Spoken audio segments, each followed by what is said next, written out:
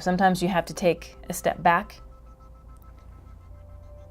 It's because when you set a goal, like sometimes, I don't know if you've ever experienced this, when you set a goal, it just seems so far off. And you have this big vision, but the gap, you just have no idea how you're going to get there. And one of the things I like to say is, if your dream doesn't scare you, it's not big enough.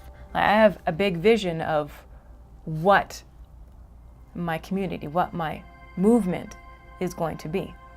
And I think part of my own personal journey is being ready for it, because it's scary, it's exhilarating, it's all those things at once. But when you put yourself out there, it can be a very challenging thing. But at the same time, I know that what I do provides a lot of value and life change. So it's just been this process of developing it in a way that can touch a lot of people, transform a lot of people's lives, so that they can have the lasting change and create the healthy habits. But not only that, that will spill into other areas where they can have better relationships, better finances, better career choices. Because when you understand that you're not, okay, we're not broken. A lot of people sometimes think that they're broken. And, our media kind of projects that we're broken. But ultimately, you're just complex and you have a lot of parts. It's almost like, Humpty Dumpty sat on a wall, and he had a great fall, and all the horses and men couldn't put him back together again. But what if you could? What if you weren't broken, but you just had different parts that needed to be integrated?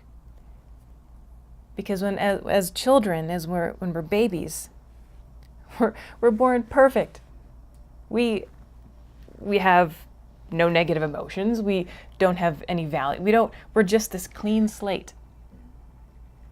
And through life, through experience, through family, through school, there's all these different things that are projected upon us, that you start to pick up different things. Some things are helpful. Some things can derail you.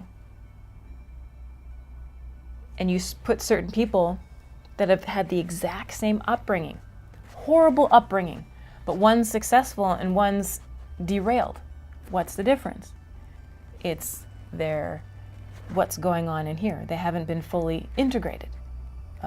Their emotions are off whack. Their values are guiding them in a certain direction. So for me, I don't look at people as broken.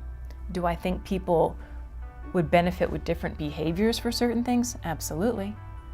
If it's not giving them the result that they want, I think maybe a behavior adjustment would be a good thing, a good habit readjustment, getting a different strategy. For example, there's a simple example of another strategy is a buying strategy. Some people, like me, when I buy, there's certain things I know that my strategy is, I look at what I'm looking for, then I look at the price, and then I make sure it has the qualifications of what I want. But then there's some people whose strategy, they don't have that qualification of, well, it needs to have this and this. They just they buy, see, buy, see, buy. That's not a good strategy if you're in debt. Same with food. Oh, I feel I want a hamburger now. I want cake now. See, eat. There's something missing in your strategy that says, wait a minute, am I really hungry? Do I need some water?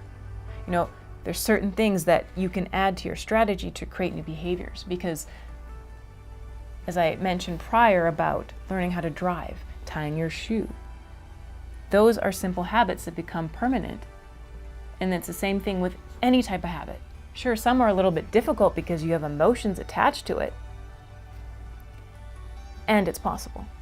So I know I totally got off topic there, but the thing is, when you can create a system to help people feel confident knowing that they can actually do it, then they can go off and create, the great goals that they want for their life.